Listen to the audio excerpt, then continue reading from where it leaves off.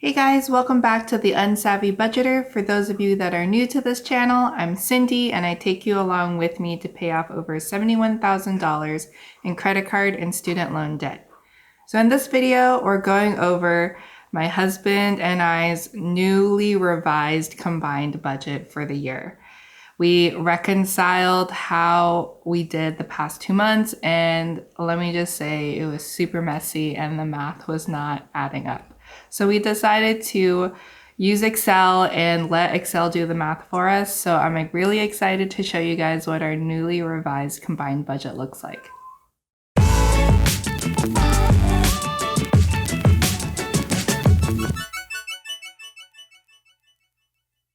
All right, so here is our newly revised combined budget in Excel.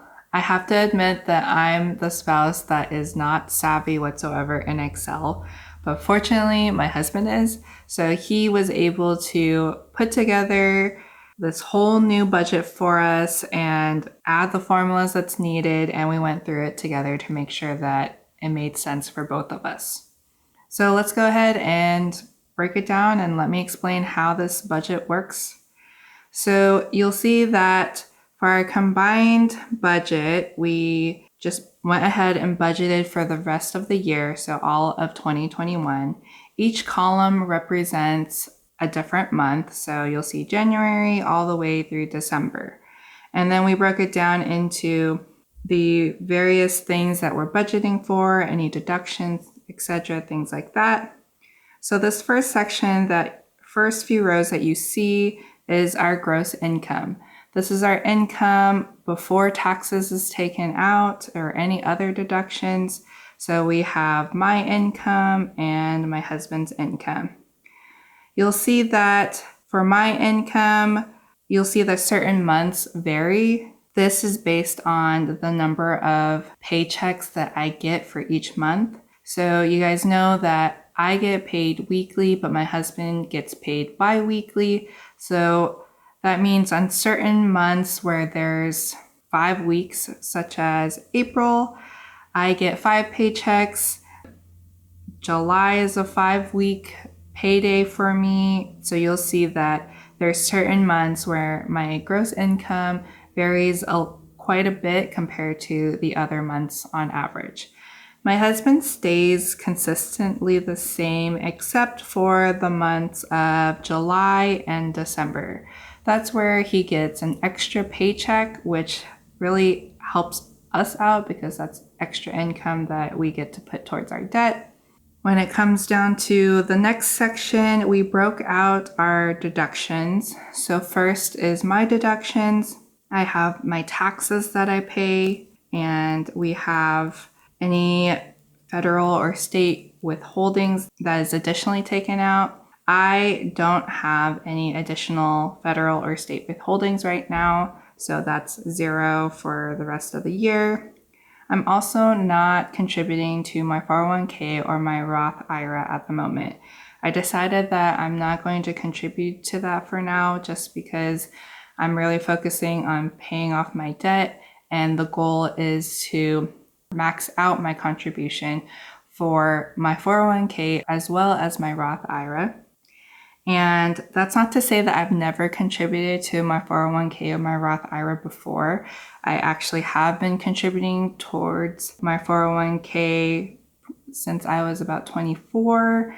And my Roth IRA, I had just opened one up and contributed to that like not too long ago, about a few years ago. But I stopped my contributions and I've let that money sit and accumulate compound interest over time. I know that obviously if I continue to make my contributions, then I would be getting a lot more by now, but I figured I'm not going to worry about it. But thankfully, my husband's still contributing to his 401k, so I'm hoping it's not going to be too much of a setback for us. And I also wanted to note that at my last company, I had a 401k and Roth IRA match at 5%. That was a really great benefit for me because it was just additional money towards my retirement at no cost to me, just whatever I wanted to contribute. So I was contributing 10% prior at my last company, and my company matched 5% of that. And that was a really great benefit. But when it came to me applying to my current position, they didn't have a 401k match at all. So I went ahead and negotiated for a higher salary to take into account that I would be losing such a great benefit from my last company. The company that I'm at now was understanding and wanted me to be happy, so they went ahead and approved the higher salary to try and make up for the loss of the benefit that I would have had. So just keep those in mind. Just keep in mind that when you're applying to a new job, that there's certain things that you can negotiate, such as your 401k, or if you're walking away from a bonus that you were expecting, as well as any other benefits that you had, like PTO days. Let's say you had accumulated, many vacation days at your last company. Take that into consideration when you're negotiating your salary, because those things can be negotiated, whether it's monetary or you can ask for 3 weeks of vacation instead of starting at 2 weeks. So that's my tip for you guys. Getting back into my deductions, I am contributing to my HSA. I am on my company's healthcare plan, but it's just me. I don't have my husband on that plan just because financially it didn't make sense to add him, because it was just going to be additional money, and we decided that it would be better that he just took advantage of his own company's healthcare, which was at a better rate than what it would have cost for me to add him. However, I decided to go with a high deductible healthcare plan. So that means that if anything happens, I have any medical appointments, I have quite a high deductible that I will need to pay first before my healthcare plan kicks in, where any of the expenses is covered by my health insurance.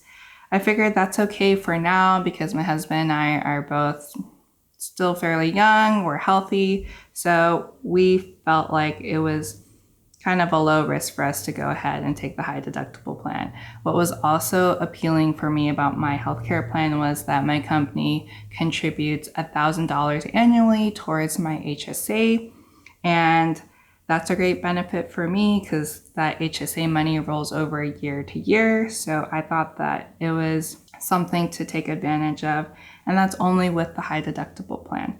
So I contribute extra, and I max out my HSA contribution.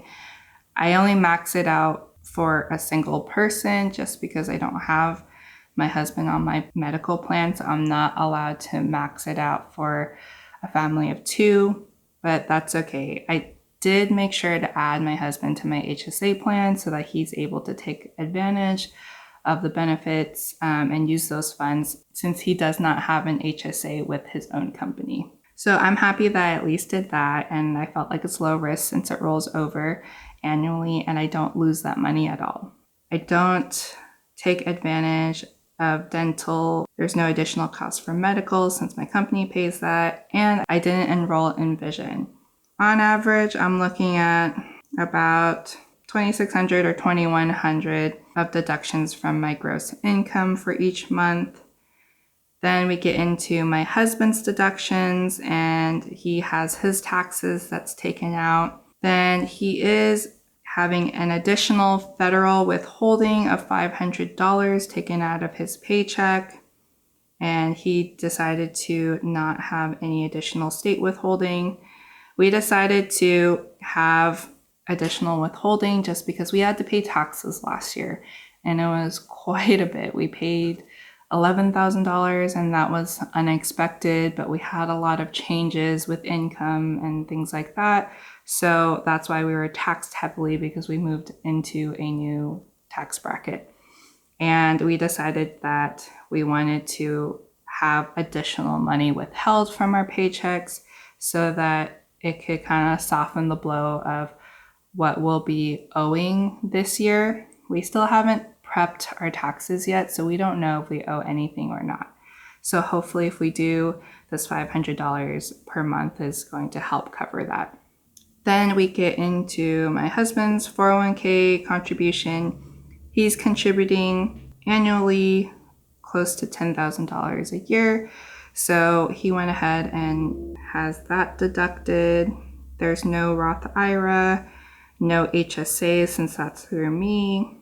And the nice thing is that my husband's able to add me to his health insurance plan.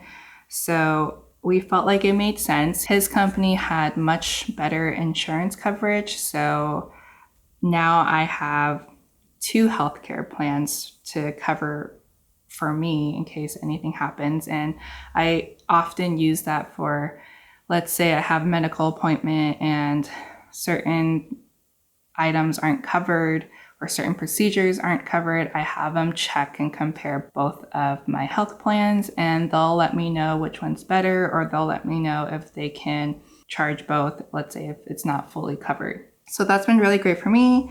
I enrolled in his dental, and I'm also in his vision plan, and he pays $221.70 each month for both of us.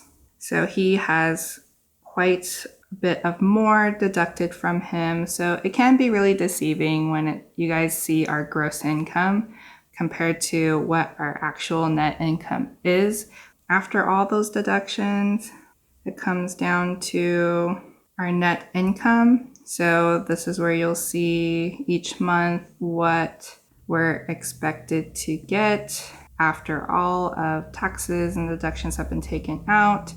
And we've also added a line item for any bonuses that we get, any monetary gifts that we get for holidays from family, etc. We also included a line item for reimbursements, anything that I've refunded or submitted a reimbursement for through my company.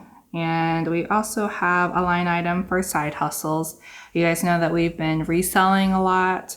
So we're trying to continue to do that for the rest of the year, and hopefully that be our additional bonus income for each month. Yeah, so then you'll see it kind of totaled up here in green, the total incomes. We've only gone through January and February so far. And then obviously the rest of the months will fluctuate. It doesn't mean that these numbers are set in stone. It really depends on if we got any additional money from side hustles, etc. Then the next section we have is withdrawal from savings. This one's not really going to change that much. We added this section just because in January I decided to stick with the Dave Ramsey baby step 1, which is only keep $1,000 in your savings account for emergency savings, but I decided to do $2,000 instead. So any money that I had left over, I put that towards the debt. So that's why we have this section for savings. And you see that in January, we had that $914.03 taken out. Other than that, we don't anticipating this section changing much at all. Then we get down to this red section, which is expenses. So we broke it down into categories. We have categories of household, transportation, food, as well as utilities, subscriptions. So we'll go ahead and get right into that. You'll see that our monthly expenses for mortgage, HOA, and our gardener that we pay for. So our monthly household expenses averages about to be $2,000 a month. This is what we've budgeted for. So obviously this can fluctuate for whatever reason, but not so much in this area since these are more fixed expenses. Then we have our transportation. So we broke this down into subcategories of insurance, gas, registration, and our AAA roadside assistance membership. I already had paid for AAA in February, but I didn't budget for it. So that kind of gave me a mental note that this is going to be a sinking fund in the future. We did budget for gas for $100 a month. And obviously this is a budget, so this is what we're anticipating on spending, but this can change and we may overspend or underspend. We have registration that was budgeted for the month of March for $280. So that's kind of where you guys will see our expenses for transportation. And this last column is kind of everything totaled up for the whole year. So obviously our household takes a huge chunk for the year, estimated to be $24,349.60 for our budgeted household expenses for the year. Transportation, close to $4,000 a year for budget. And then we have our food. We're still playing around with these numbers. We have groceries, eating out money, which groceries started out at $300 and we decided to leave it there.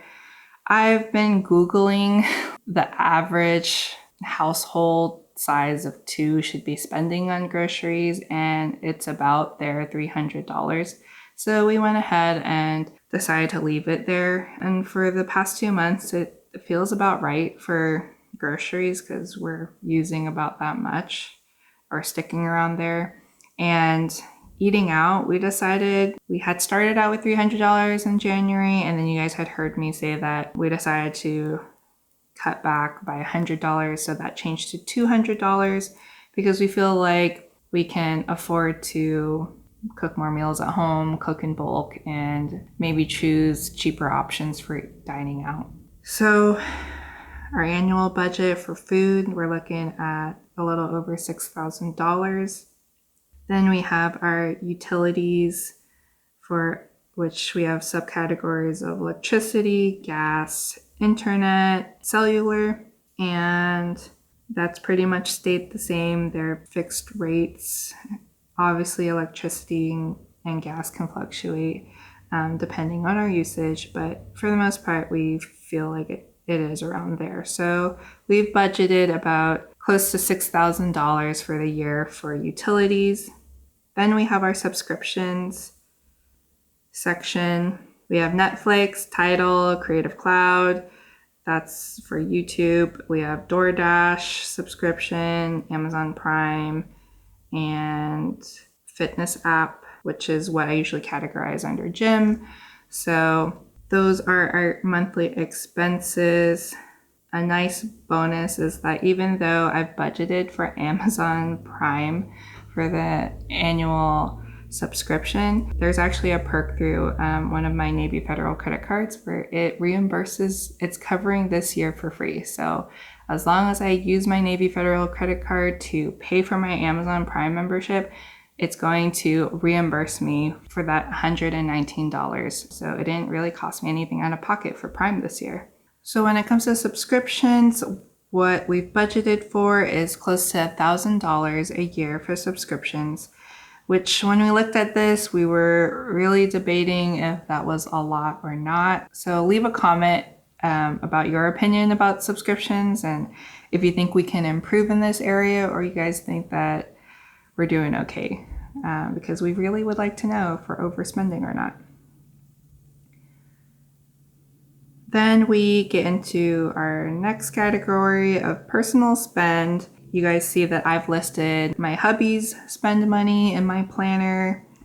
I consider my shopping and miscellaneous as my personal spend money. So that's where I've budgeted $300 starting out in January, but I dropped it down to $200 for February going forward. So we're still playing with those numbers and seeing what makes sense. My husband's like just kind of given himself like a round number of $135 for spend money, and that'll be starting in March. So for the year, we're looking a little over $4,000 budgeted for personal spend. Then we have healthcare, which is my therapy sessions. I've budgeted for $600 a month. I just started doing therapy this year, and I was thinking that these first few months I was going to do a session every week, but I'm thinking that I'm dropping it down to every other week to kind of save on expenses because I don't really think I need to go every week. I'm just trying out weekly for now, but that's most likely the scenario. So you guys may see that that budget will change from $600 to $300 later on. But for now, we've budgeted for $6,600 for the year. Then we have our category of pet care, which is what I've saved for $160 each month, since that is a quarterly payment for our pet insurance. We have 4 pets, by the way, so that's why this number is pretty high, in case you guys are like, wow, you pay a lot for pet insurance. Yeah, it's because we have quite a bit of pets. So we're looking at a little over $1,900 a year for our pet insurance. Then we have another category that is website expenses, website domains, etc. And we have exercise equipment. So websites, we've only budgeted for that for certain months, as you can see. And then exercise equipment, it's a monthly payment that we pay for through a firm. So it doesn't affect our credit score whatsoever. So we went ahead and just used a firm for that, and it just automatically takes out $66.42 from us. So for other, we have about $900 in annual expenses. Savings, you guys have seen me cover this before. This is all my husband's savings. This is Credit Karma savings, emergency fund, as well as savings. So that is staying the same. We've budgeted for a little over $2,400 a year for savings. And this last line is what we anticipate of money left over that we'll have after all of the things we've budgeted for. Obviously, it's a budget. It's going to fluctuate and change, especially when it gets to our actual spend. So if we overspend or underspend, that's where you'll see that these numbers will change. So just keep that in mind. This is just a rough budget, but these numbers won't be exact, as it'll change at the end of every month. So I hope that, I know that that was a lot to cover, but we feel like this is going to be a good budget template for us to try out, and hopefully that it's going to work for us, and it's going to reduce the human error that I make a lot when it comes to me adding and trying to do the math myself. I'm still going to do my planner, but we just really like to use both, and hopefully this will kind of remove that human error for me. Then this next tab is something new that we decided to do. We're both visual people. I'm assuming that a lot of people just like visuals as well. So this is our month of February. You guys have heard me go over my first 3 weeks, but I haven't gone over my last week of February yet. And that's something I'll go over when I close out the month. But this isn't 100% accurate because it's not taking into account all of the expenses and spending that we've had for the last week for February. So here's things that we've budgeted for. We have debt payoff so far at a little over $8,000 so far in February. And then we have our mortgage, HOA, 401k and HSA, healthcare, personal spend, utilities, food, savings, transportation, pet care, subscriptions, and other. You guys see that that's reflected in the combined budget that we went over. And then we have column C, which is the actual spending. And this is going to change a bit since we still have to take into account the remaining last week of February. So far we've budgeted for a little over $14,000 for the month of February. And here we have a column for difference. Everything in red is things that we went over budget on. Everything in green is things that we're still under budget for. So we're trying to do our best to be a zero-based budget as possible. And obviously everything, as these numbers are filled in, it will change our little pie chart here. So that's where you'll see all of our categories. So our biggest budget is our debt payoff, as it should be. And we've been contributing over 50% of our salary towards our debt payoff. And then we have the next big chunk being mortgage and HOA at a little over 14%, which is a good number because I'm told that you're considered house poor if you're paying over 50% of your income towards your mortgage. Correct me if I'm wrong about that, or if I'm defining house poor incorrectly. Then we have our 401k and HSA, where that's 7% contribution. We obviously want to really improve in this area, so we're hoping that once the debt is done, this percentage will go up a lot higher. Healthcare at 6%. We have personal spend at 4%. We have utilities at 2% of our budget, close to 3% on food, which I think is pretty good. That's our dining out money and our grocery money combined. So I don't know, I think that's pretty good. Let me know in the comments if you think it could be better. And savings at 1.5%, which is low. That's another area we'd like to improve on greatly after debt. Transportation at a little over 1%, which I'm really happy about. Pet care at about 1%. Subscriptions is under 1% at 0.7% of our budget. And then we have other, and that's our websites and the exercise equipment. So that takes up 0.6% of our budget. So this is pretty much how our breakdown of our budget looks like in a pie chart. So with the percent, this is a great visual for both of us to kind of see where we stand percentage wise and where areas that we can improve. If you guys really like this pie chart, let me know in the comments, give it a thumbs up. That will let me know if we should continue showing you guys this going forward. And that's what I have for our newly revised budget in Excel. So we're really excited about this, guys. I hope that you guys are excited and we feel like it's just visually more appealing this way. So we'll be trying this out going forward. So I hope that you guys look forward to future videos showing this. So if you made it this far in the video, I just want to say thank you for sticking along with me. I know that this video was extra lengthy, but it was just a lot to cover and I wanted it to be as detailed and as beneficial to you guys as possible, especially if you're on this journey with me, also trying to pay down your own debt, or maybe you're just trying to improve your own budget. So I hope that you guys found value out of this.